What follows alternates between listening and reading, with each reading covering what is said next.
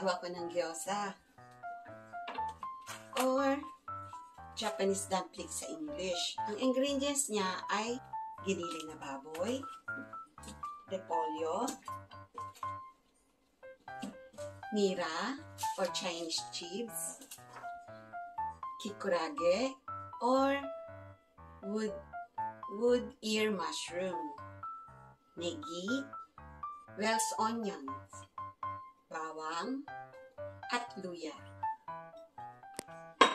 Siyempre, meron din siyang kawat, asukal, asin, toyo, sesame oil, black pepper, and white pepper. Simulan na natin. Pansamantala po, hilain natin ng nilipis ang repolyo. Almost 18 years ko na itong gumagawa nito.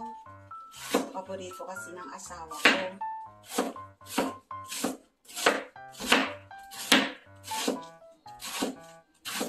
Huwag po kayo mag-alala sa dami ng ingredients kung gaano po karami ang dapat ihanda. Hindi pa ako nagsusukat eh.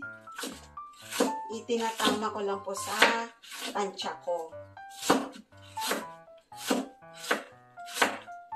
Tapos, hiwain ng maliliit ang repolyo.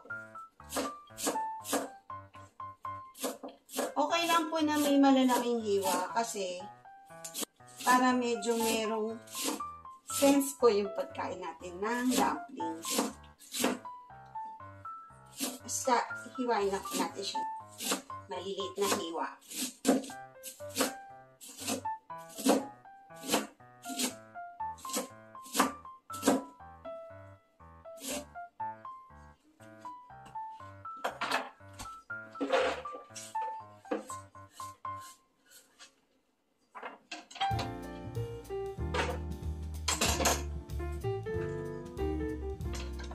Sunod ang nira. Nahugasan ko na po ito kaya ay mapalala.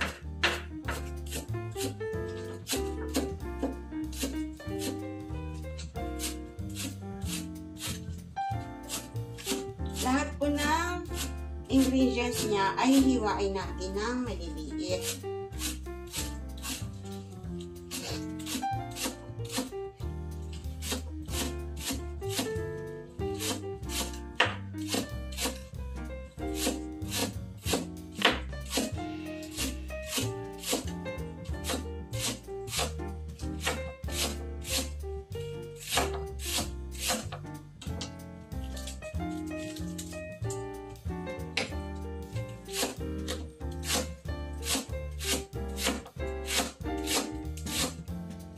Hindi na po natin sasama itong dulo kasi medyo makapito eh.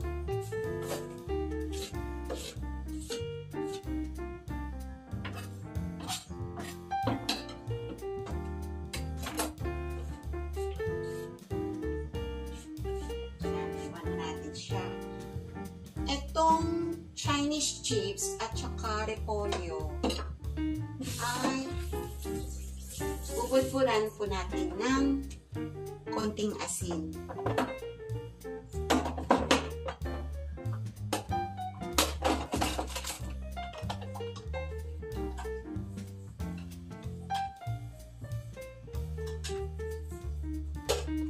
Para po lumabas yung mga ano ba yung Tagalog? Sweet. Kayaan po muna natin siyang mababad sa asin. Sunod po ang wood ear mushroom.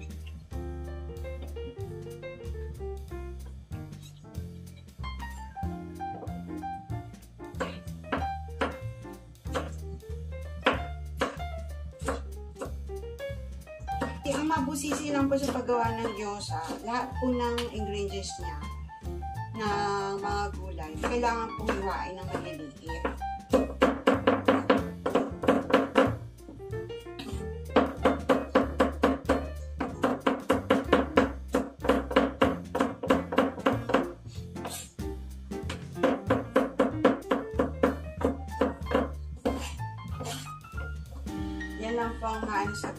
kailangan po kasi lahat ng ingredients niya hiwain ng maliliit.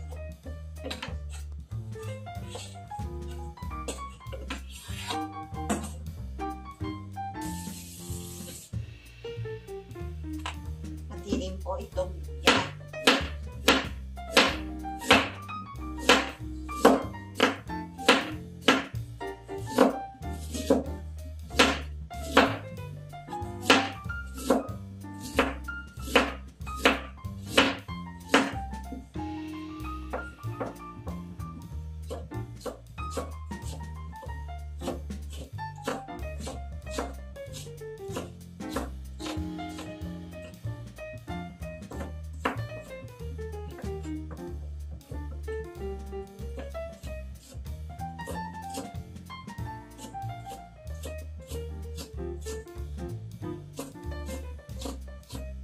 Alam niyo po, masarap po ang dumplings. Mas masarap po ang gawa sa bahay kaysa na kumakain kayo sa restaurant. Kasi po sa bahay, pag gumawa kayo ng dumplings sa bahay, ang dami niyo pong makakain.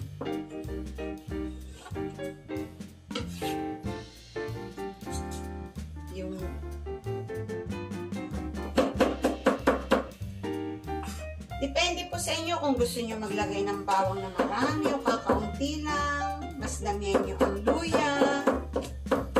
O kung ayaw nyo ng bawang, pwede rin po hindi nyo lagyan ng bawang. Pero mostly po kasi ang dumplings, gyoza. Ang gyoza po kasi talagang bawang po ang main niya.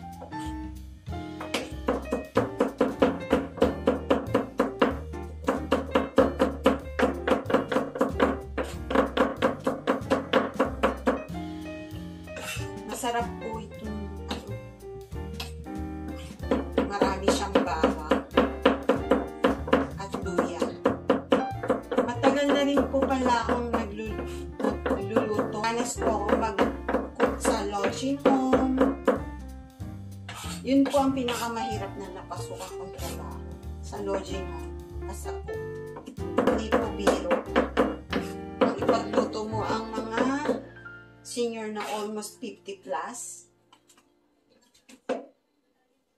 Yun po ang pinakamahirap. Mas matagal po ako nagtrabaho sa pagkukuk sa supermarket, yung mga side dish. Matagal din po ako sa food processing sa mga convenience store. Nag-work po ako dyan for almost 6 years. Yung mga sa Family Mart, 7-Eleven, na mga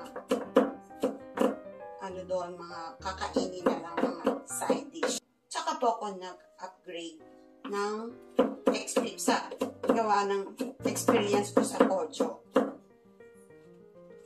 sa factory. Nag-upgrade po ako ng experience ko, kaya pumasok po ako sa company ng mga Hapon. Po natin tong giniling na baboy sa bowl. Nasa sa inyo po kung gusto niyo mas marami ang karne. Dinadamihan ko na yung paggawa kasi pwede naman pong i-frozen eh.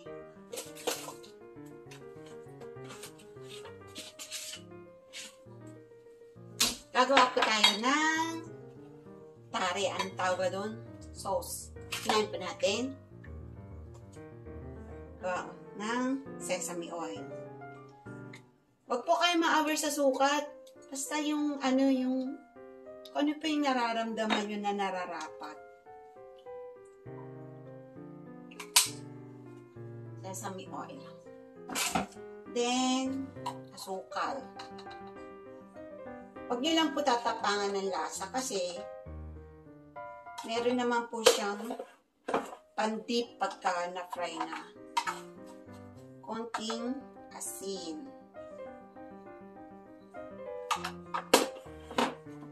Toyo.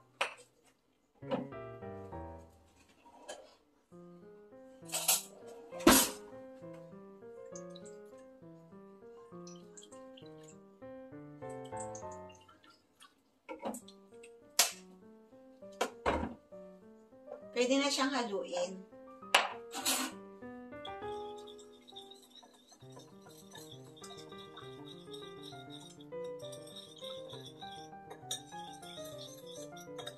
And then, tubos ko siya dito sa giniling na baboy.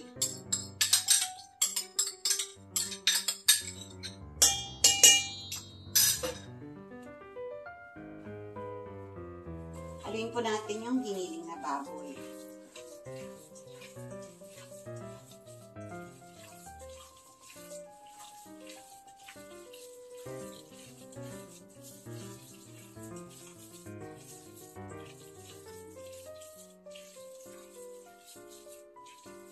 Pagkahalo na po natin siya,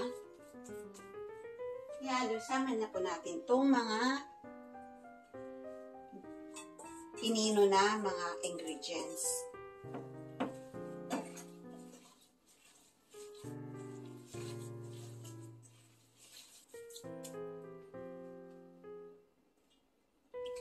Ngayon, ito naman pipigaan po natin. Ngayon po, pigaan po natin ang repolyo at nira na pinanghalo ko na binburan ko po ng asin.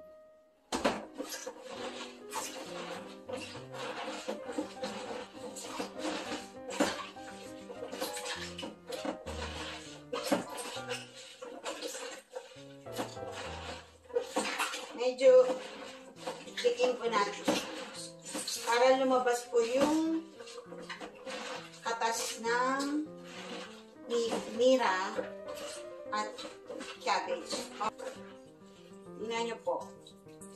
Hindi po nakakasarap sa dumplings yan.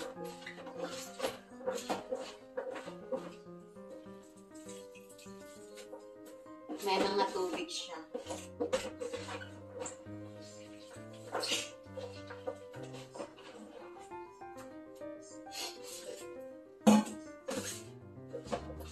Bigaan po natin.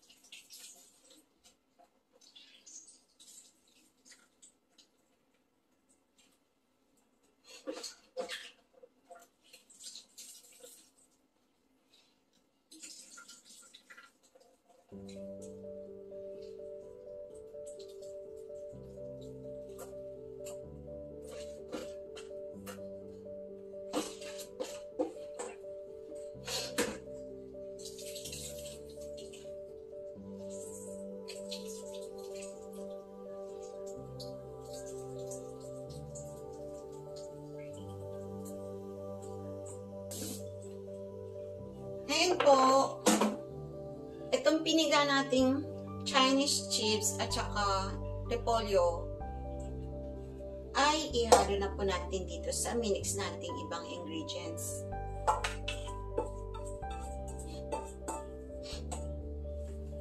Huwag niyo po isipin na walang lasa yan kasi po, binuburan po natin ng asin yung Chinese chips at saka itong repolyo. Ganito po ang paggawa ng dumplings.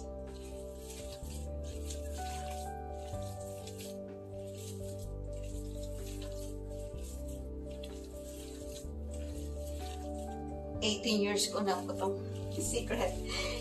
Kaya lang po, dahil sa YouTube, gusto ko pong i-share sa inyo.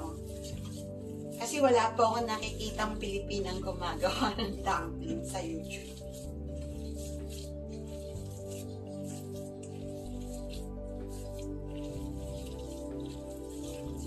Kapag parang na siyang medyo lumalakit, okay na po yan. Ibig sabihin po niya, na-mix na po yung mga ingredients niya. Ngayon, ililipat ko po siya rito sa pink na tray. Para mas madali siyang ma-fold. Tsaka po pala lalagyan natin ng pepper. White pepper. And then, mix po ulit natin.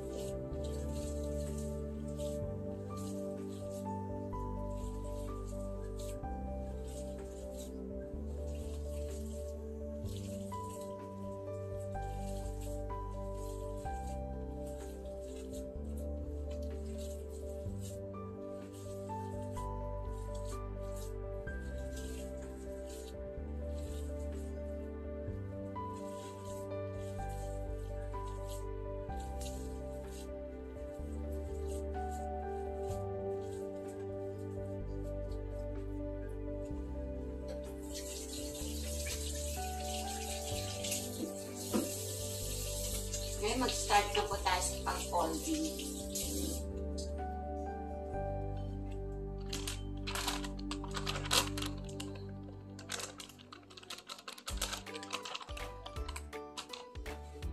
Lagyan po natin ng konting harina ang tubig natin. Yung pinaka-last ingredients niya, yung kawa. Ito po yung wrapper ng gyoza. 40 pieces yan.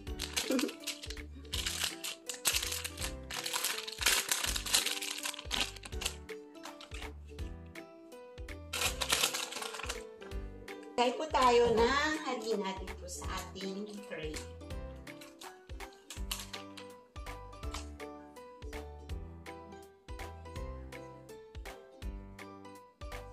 Ngayon po ituturo ko po sa inyo kung paano mag-wrap ng gyoza.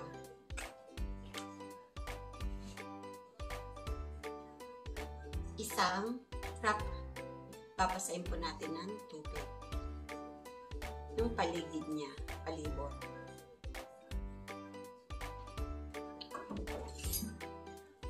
And then,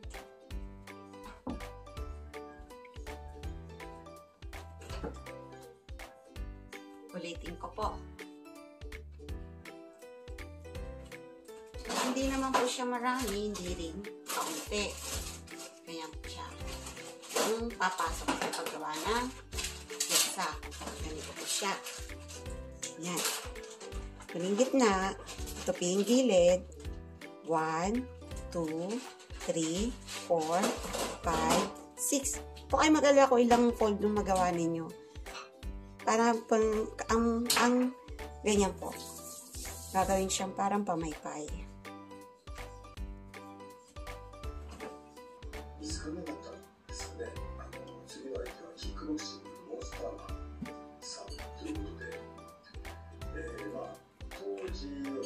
Lagay ko tayo ng kalating kutsara. Fold po natin ng ganito. Pagdikitin ng magkabilang gilid. Gagawa po tayo ng pamaypay. Yan. Yan po.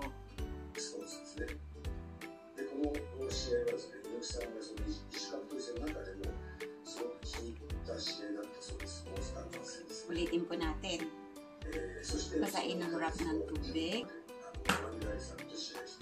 Pagdikitin ng gilid. 1, 2, 3, 4, 5, 6, 7, 8, 9, 10. Hanggang 7. Pwede rin pong 6. Tsaka niyo po siya didikit. ランバージャックという選手とやってます。これはあんまり記憶ないですね。どんな選手なんですかね。おそらく告知の選手なんですかね。ランバージャック。78年4月4日。そして2ヶ月後にCheck na marami ako magagawa nito. Pwede po siyang i-freezer para at least kung kailan nyo gustong i-fry o ano.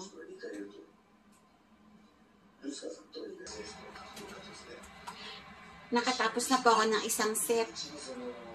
Ngayon naman, ang ituturo ko po ay kung paano po ang mag-ihaw. Yaku nishimasu.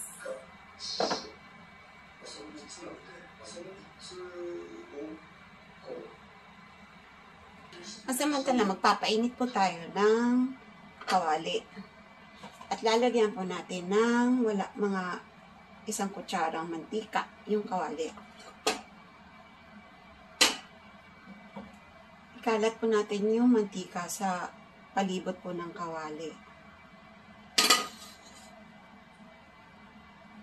Pag mainit na po siya, tsaka po natin lalagay itong paisa-isang dumplings. Kasi kung hindi pa mainit yung fry pan, didikit po yung wetan ng dumplings. Kailangan mainit na po siya. Siguro mga nasa 180 degrees Fahrenheit. Or 200. Kasi nung nagkupo ako, ganun po sa ano eh.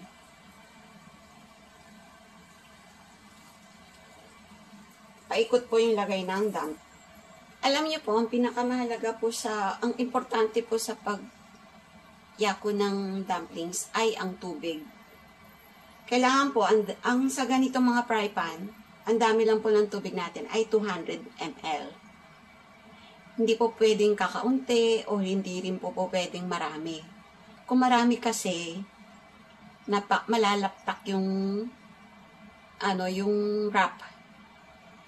Tapos kung kaunti naman, hindi luto yung loob ng dumplings natin. Kaya, 200 ml. Kakalat po natin siya. Kailangan po babasahin po natin yung ibabaw ng dumplings. Tapos, sabay lalaksan natin ang apoy. Takpan.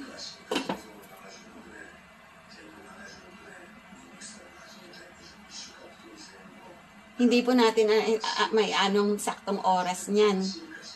Ang gagamitin lang po natin ay ang tenga natin.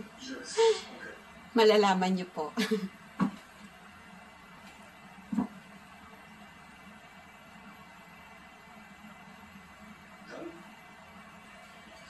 Hindi ko po yung high speed ang pag-video ko ng pagyayako nito.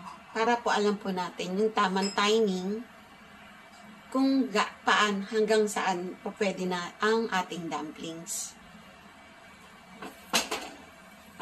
Ito na po siya, malapit-lapit na.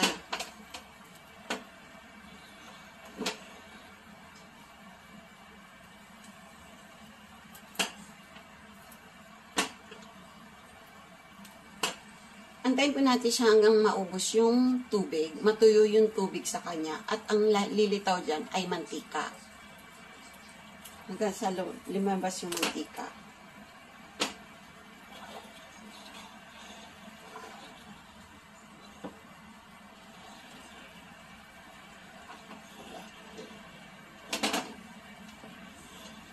Okay na po siya. Tingnan nyo Pag yan po ang narinig ninyo, yung parang tumitilamsik, ibig sabihin po niyan, okay na po yung gyoza natin.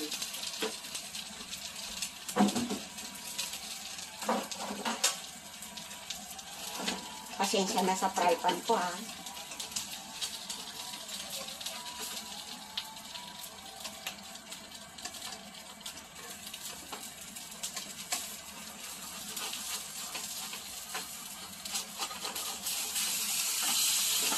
Yan. Ganyan po dapat dyan. Pagkuha. Alin muna natin yung ilalim niya. Magkakadikit sa fry pan. Kaya po sinasabi kong kailangan po mainit ang fry pan at mantika nyo. Kasi, kapag hindi po, didikit siya sa kawali. Yan siya.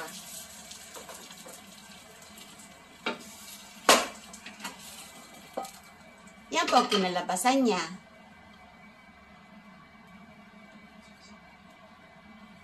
The dumplings.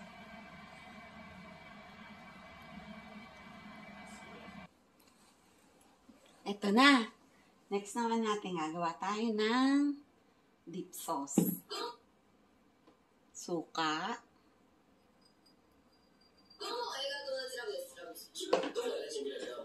Toyo.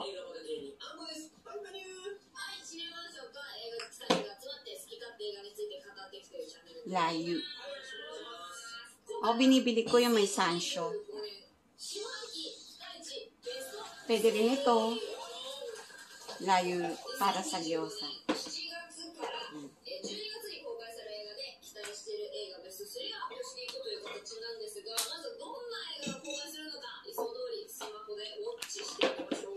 Kaya hindi natin po masyadong lalagyan ng tapang lalasa ang gyoza or Japanese dumpling.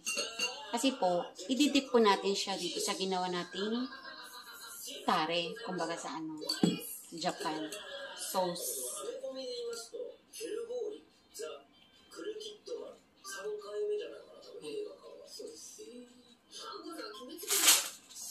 Ito pa siya. Mainit-init pa.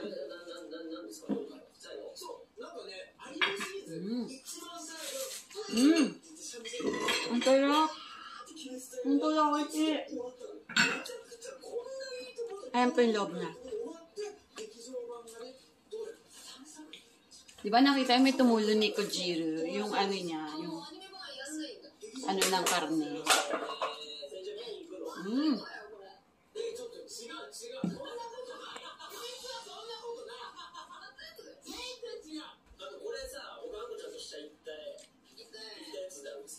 Oishi. Ang sarap.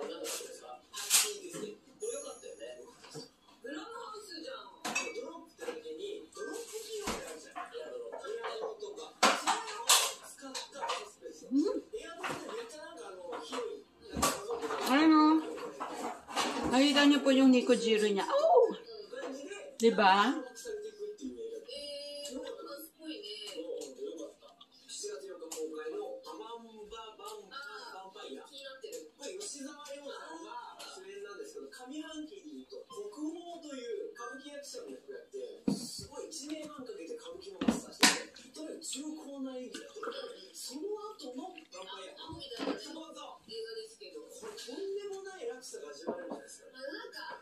Pero alam niyo mo, mas masarap sa mga ng beer. Alam, wala akong beer. Oroncha lang.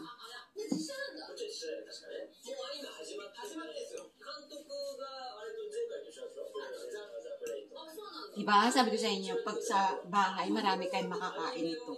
Kaysa sa restaurant. Kasi iba ang lasa ng gawa sa bahay. Kaysa sa restaurant. Kasi, so, ito po ang dumplings. Gyoza.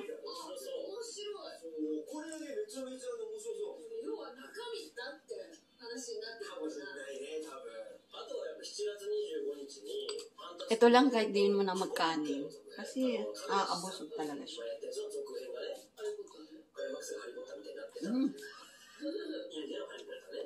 Ano?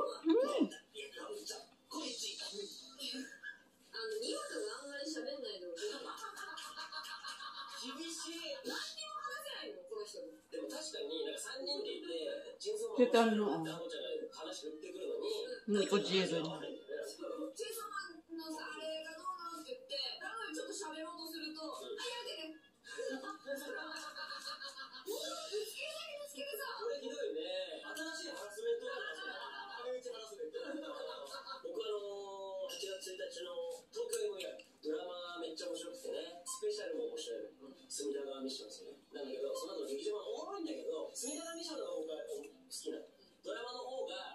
May special gyoza. Salamat sa panonood. Sana try nyo.